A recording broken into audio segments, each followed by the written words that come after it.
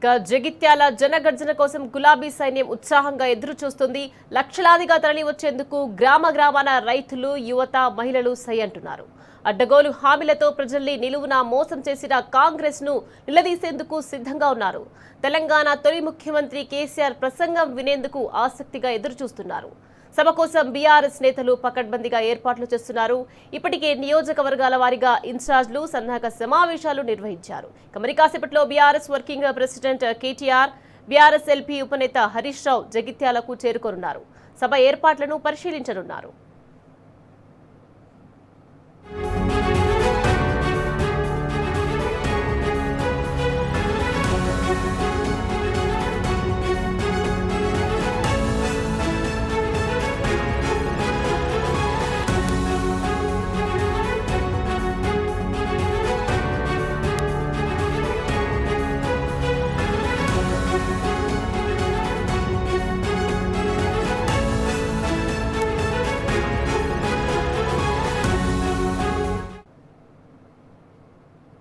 Right, ఇక జగిత్యాలలో కేటీఆర్, హరీష్ రావు పర్యటనకు సంబంధించి మరింత సమాచారాన్ని మా ప్రతినిధి సందీప్ మనకి జగిత్యాల నుంచి లైవ్ లో అందించేందుకు సిద్ధంగా ఉన్నారు. సందీప్, చెప్పండి. ఇక జగిత్యాలకి మరి కాసేపట్లో కేటీఆర్, అదేవిధంగా హరీష్ రావు గారు సభ ఏర్పాట్లను పరిశీలించడానికి అక్కడికి చేరుకోనున్నారు. దీనికి సంబంధించి మీ దగ్గర పూర్తి డీటెయిల్స్ ఏంటి సందీప్? రైట్, మొత్తంగా 12:30 గంటల ప్రాంతంలో ఇటు కేటీఆర్, హరీష్ రావు గారు ఇద్దరు కూడా జగిత్యాలకి చేరుకుంటారు. మొదట జీవన్ రెడ్డి గారి నివాసానికి వచ్చి వారితోటి చర్చించిన తర్వాత సభకు సంబంధించినటువంటి ఏర్పాట్లు అనేక అంశాలపై చర్చించి అక్కడి నుంచి ఈ జగిత్యాల పాత బస్టాండ్లో జరగబోనున్న కేసీఆర్ గారి సభకు సంబంధించినటువంటి సభ ఏర్పాట్లను పరిశీలిస్తారు. ఒకసారి మనము సభ వేదికపై ఉన్నాం. ఇక్కడి నుంచే 20వ తేదీన కేసీఆర్ గారు ప్రసంగించబోతున్నారు. చకచక్క ఏర్పాట్లు అయితే పూర్తవుతున్నాయి. ఇప్పటివరకే 90% ఏర్పాట్లు అయితే పూర్తి చేసినటువంటి పరిస్థితి. ఇంకా కూడా అన్ని రకాలుగా అంటే ఎండవేడి నుంచి మధ్యాహ్నం నుంచే పెద్ద సంఖ్యలో ప్రజలు వచ్చేటువంటి అవకాశం ఉన్న నేపథ్యంలో పూర్తి స్థాయిలో టెంట్లు కూడా ఏర్పాటు చేసే విధంగా కొనసాగుతున్నాయి పనులు. అలాగే కళాకారుల ఆటపాట కూడా కొనసాగబోతుంది. అందుకు సంబంధించి ప్రత్యేక స్టేజ్ కూడా ఏర్పాటు చేశారు. దాదాపు 1,00,000 మంది వచ్చేటువంటి రానున్న నేపథ్యంలో అన్ని వైపుల నుంచి కూడా ఏర్పాట్లు చేశారు. మరి ఉన్నాం ఇక్కడ చాలా మంది మనతో పాటు ఉన్నారు మాట్లాడేందుకు. గత వారం రోజులుగా ఏర్పాట్లయితే చేస్తున్నటువంటి నేపథ్యం. మరి సభ స్టేజ్ ఇన్ఛార్జ్ మారెడ్డి శ్రీనివాసరెడ్డి గారు, ఇంకా ఇతర రాష్ట్ర స్థాయి నాయకులు ఉన్నారు, వారితో మాట్లాడడం. సార్, గత 4 రోజులుగా ఏర్పాట్లయితే పూర్తి చేస్తున్నారు. మరి 1,00,000 మంది రానున్న నేపథ్యంలో ఏ విధంగా కొనసాగుతుంది? ఒకటే చూడండి బ్రదర్, ఇక్కడ మాత్రము 5-6 రోజుల సంది గాదిరి బాలమల్లు గారు, వారు మారెడ్డి శ్రీనివాసరెడ్డి వీళ్ళిద్దరి ఆధ్వర్యంలో మన గౌరవనీయ తొలి ముఖ్యమంత్రి కేసీఆర్ గారు వాళ్ళకి అప్పచెప్పారు కాబట్టి చాలా బ్రహ్మాండంగా పనులు జరుగుతున్నాయి. పెద్ద ఎత్తున పార్టీ జరుగుతుంది. మన జీవన్ రెడ్డి గారు కూడా సభా ప్రాంగణంలో చాలా బ్రహ్మాండంగా మనసులో చేస్తున్నారు. మన పల్ల రాజేశ్వర రెడ్డి గారిని, వేముల ప్రశాంత్ రెడ్డి, బాల్కా సుమన్, వీళ్ళు ఇన్ఛార్జ్ పెద్ద సుదర్శన్ రెడ్డి, వీళ్ళందరూ కూడా చాలా కష్టపడుతున్నారు. చాలా బండ్లు వస్తున్నాయి. 1,00,000 కంటారు కానీ 1,00,000 కంటే దాటేటట్టుంది. 2,00,000 మంది దాకా వచ్చేటట్టు కనబడుతుంది. స్టేజ్లో మాత్రం, గ్రౌండ్లో మాత్రం 50,000, 60,000 మంది కూర్చున్నా కానీ బయట నుంచి కూడా మొత్తం ఉంటుంది. ఫుల్ఫిల్ చేస్తారు. పెద్ద ఎత్తున బ్రహ్మాండంగా కార్యక్రమం చేస్తారు బ్రదర్. చాలా కష్టపడుతున్నారు. 4:30 నుంచి 5 గంటల ప్రాంతంలో వస్తున్నట్టు తెలుస్తుంది కేసీఆర్ గారు. మరి చాలా ఆసక్తి నెలకొంది. మీరు చాలా తిరిగారు, మరి ఎట్లా ఉంది రెస్పాన్స్? చాలా మంచి రెస్పాన్స్ వస్తుంది బ్రదర్. కేసీఆర్ గారు రావాలి, ఆయన ఏం మాట్లాడతాడు, ఆ రోజు ఏం జరుగుతుంది, మన మొత్తం దేశమంతా, ప్రపంచం అంతా మొత్తం చూస్తుంది సార్ ఏం మాట్లాడతాడు. ఒక సంవత్సరం అయింది బయటికి రాక, సంవత్సరం తర్వాత మళ్ళీ సార్ వస్తుంది కాబట్టి బ్రహ్మాండంగా ఏం చెప్తాడు, ఎన్ని విషయాలు చెప్తాడు, గవర్నమెంట్ ఏ ఫెయిల్యూర్ ఉంది, వీళ్ళు ఏం చేస్తారు, ఏం కథ అన్ని మొత్తం సార్ నూరుదారు వింటే చాలా బాగుంటుందని మా అందరి విన్నపం సార్. రైట్, మీరు గ్రామ స్థాయిలో తిరుగుతున్నారు, ఎట్లా ఉంది రెస్పాన్స్? కేసీఆర్ గారి సభ అంటే సహజంగానే ఆసక్తి ఉంటుంది. సో మరి చాలా రోజుల తర్వాత కేసీఆర్ గారు ప్రసంగించబోతున్నారు.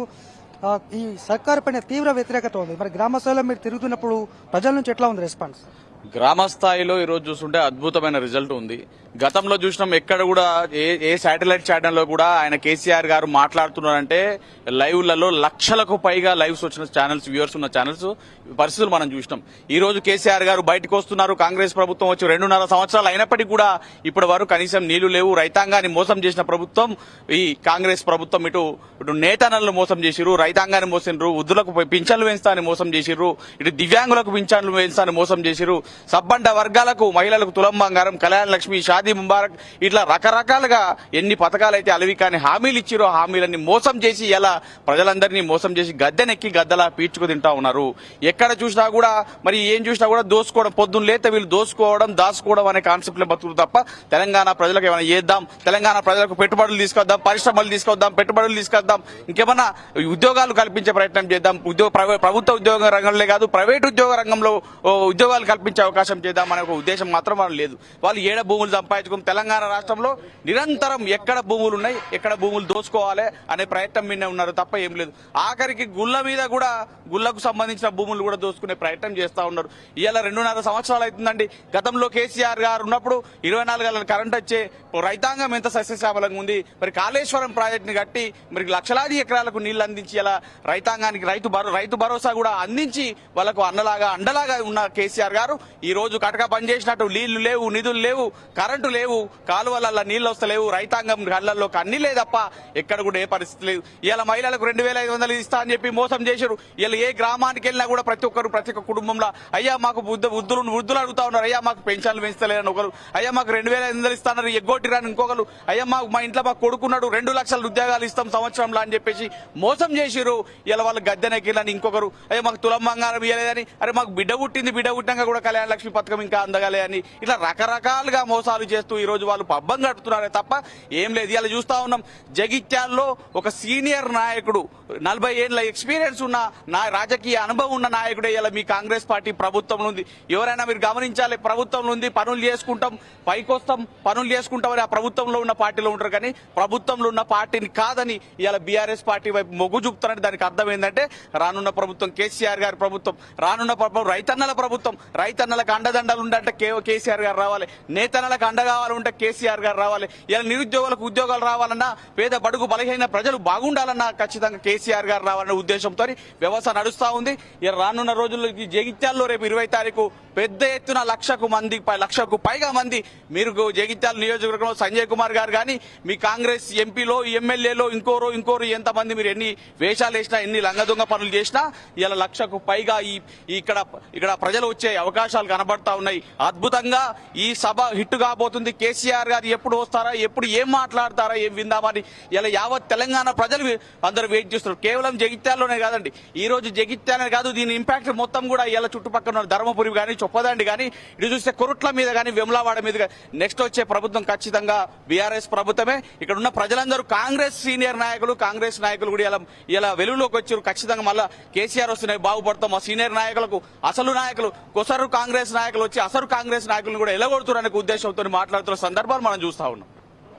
రైట్, మొత్తంగా సర్వత్రా ఒక ఆసక్తి 20వ తేదీన ఏం జరగబోతుంది, కేసీఆర్ గారు ఏం ప్రసంగిస్తారు. ఎందుకంటే కాంగ్రెస్ పార్టీ పైన ఎంత వ్యతిరేకత ఉందో మనకు తెలుసు. ఏ ఒక్క రంగాన్ని కదిలించినా, ఏ ఒక్కరిని కదిలించినా కూడా తీవ్రమైన వ్యతిరేకతనే ప్రభుత్వం పైన. అలాగే కేసీఆర్ గారి సభ నేపథ్యంలో సీఎం రేవంత్ రెడ్డి ఒక సీఎం స్థాయిలో వారు జగిత్యాలకు చెందినటువంటి వార్డు మెంబర్ స్థాయి నాయకులతోటి, ద్వితీయ శ్రేణి నాయకులతోటి వాళ్ళు సమావేశం నిర్వహించారంటే కేసీఆర్ సభ పైన ఎంత ఇది ఉందో మనకు అర్థం చేసుకోవచ్చు. కాంగ్రెస్ పార్టీ పైన వ్యతిరేకత నేపథ్యంలోనే జగిత్యాల జిల్లాకు కోట్లాది రూపాయలు ఇస్తా, ఎవరు కూడా పార్టీని వీడొద్దంటూ కింది స్థాయి నేతలకు చెప్పారంటే కేసీఆర్ సభ భయం, బీఆర్ఎస్ జగిత్యాల జైత్యాత్ర భయం ఎంతుందో మనకు అర్థమవుతోంది. అదే రోజు అటెన్షన్ డైవర్షన్ చేసేందుకు సీఎం రేవంత్ రెడ్డి మేడిగడ్డ పర్యటన కావచ్చు, ఇలా రకరకాలుగా మొత్తానికి కేసీఆర్ గారు ఏం ప్రసంగిస్తారు, యావత్ రైతాంగంతో పాటు సామాన్య ప్రజలు కూడా ఆసక్తిగా చూస్తున్నారు.